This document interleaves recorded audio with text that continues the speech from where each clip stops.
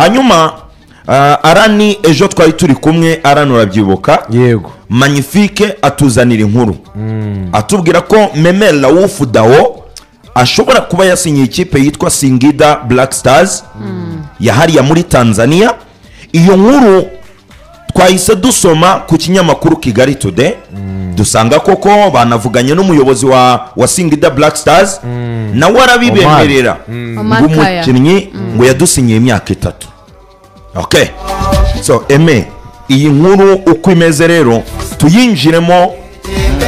Uyu mukinnyi Memel Raouf Dao ibye bimeze bite, ibye bihagaze bite? Nsikaro bikurikiranya cyane iyi transfer ariko muyinjiramo reka mbarogoye ariko ntago ari kubarogoye by the way na update ko mu kanya gato numva uri kuvuga ibintu by'ibyongereza hano muri tano hirya ha umuntu ntekereje ko bavuganaga na wa muntu wawe wazabaga dugu nabonye nyohereza ya foto ndi kumwe na Watara gasimwoka yabaye bari mu biruko ari ngo yari kuvuga ngo impano ya ikibazo izagira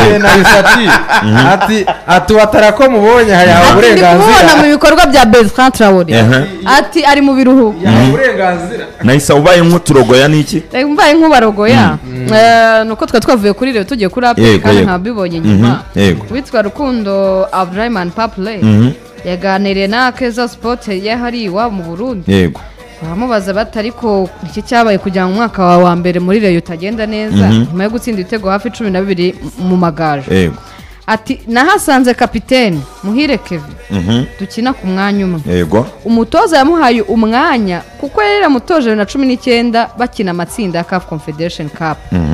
Ati ubwo nyine ubone wafitize mu kinye y'umutoza ati niyo mpamvu umwaka wanjye utabaye mwiza. Woni Rukundo Paple woni Rukundo Paple nuko yabwiye biwabo Akeza mu Burundi. Ati nasanze umukinnyi w'umutoza ati nasanze umukinnyi dukina ku mwanya umwe kapiteni Muhire Kevin ari n'umukinnyi w'umutoza. Ati kandi umutoza wari uhari yamuhaye umwanya kuko yari yamutoje Reyo ijya mu matsinda 2010.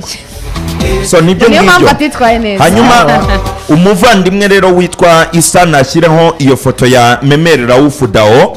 Inkuru turayifite hano imeze neza cyane. Uyu mukinnyi abantu bose bari kubyita gapapu Memel Raouf Dao.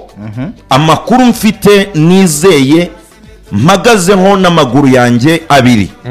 Memel Raouf Dao araza kuba umukinnyi w'ikipe ya APR FC. Yeah? Yego